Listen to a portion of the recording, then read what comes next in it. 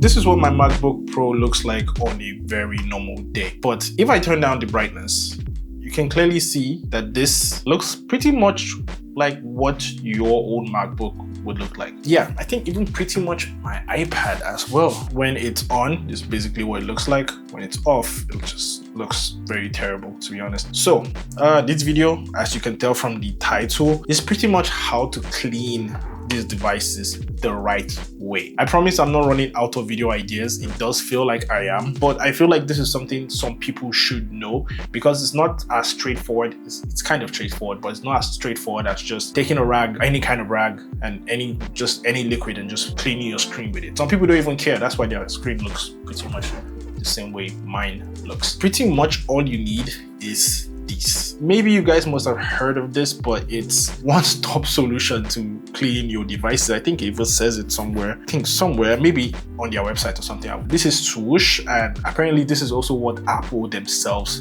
use at like Apple stores to clean their devices. This video is not sponsored, unfortunately. I wish it was. I was going to reach out to them, but I decided, nah. Pretty much in the box, comes with a mini size, which you can see it's almost finished. A mini size spray bottle, bigger size spray bottle that I haven't started using yet. And it comes with 2 microfiber cloths. Now, these are going to come in handy. There's a reason why they give you this and not just any kind of rag, to be honest. If you can get this from any other store, just go ahead to get them, but just make sure they are microfiber. A lot of people claim to make microfiber. I have bought some from AliExpress that claim with microfiber, but they don't work as well as this. For my iPad, first, let's clear this off. Just a tiny speck for some reason, I don't know why. But it's pretty much just a wipe. As you can see, it's already taking care of everything. I didn't even need to use the solution. That's why I say you need a microfiber. It's pretty much very straightforward.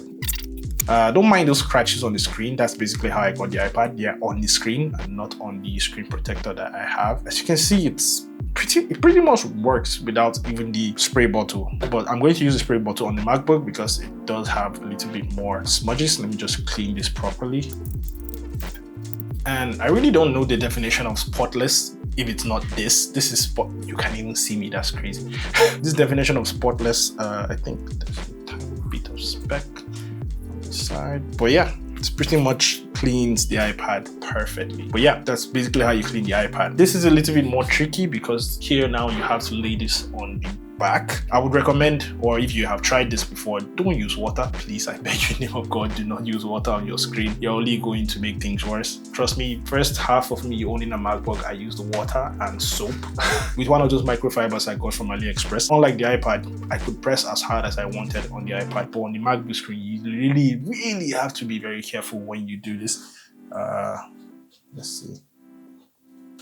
So it looks like it would work even without the solution, but I'm just going to show you guys how to use the solution. I'm trying not to make my MacBook fall. I'm using this small spray bottle because this is what I've been using for some time. You don't spray it on the screen, you spray it on the rag.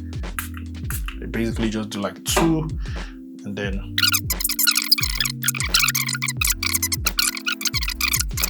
then when I'm done with that, I take the dry one, the one that hasn't been sprayed, and I go through the screen with this.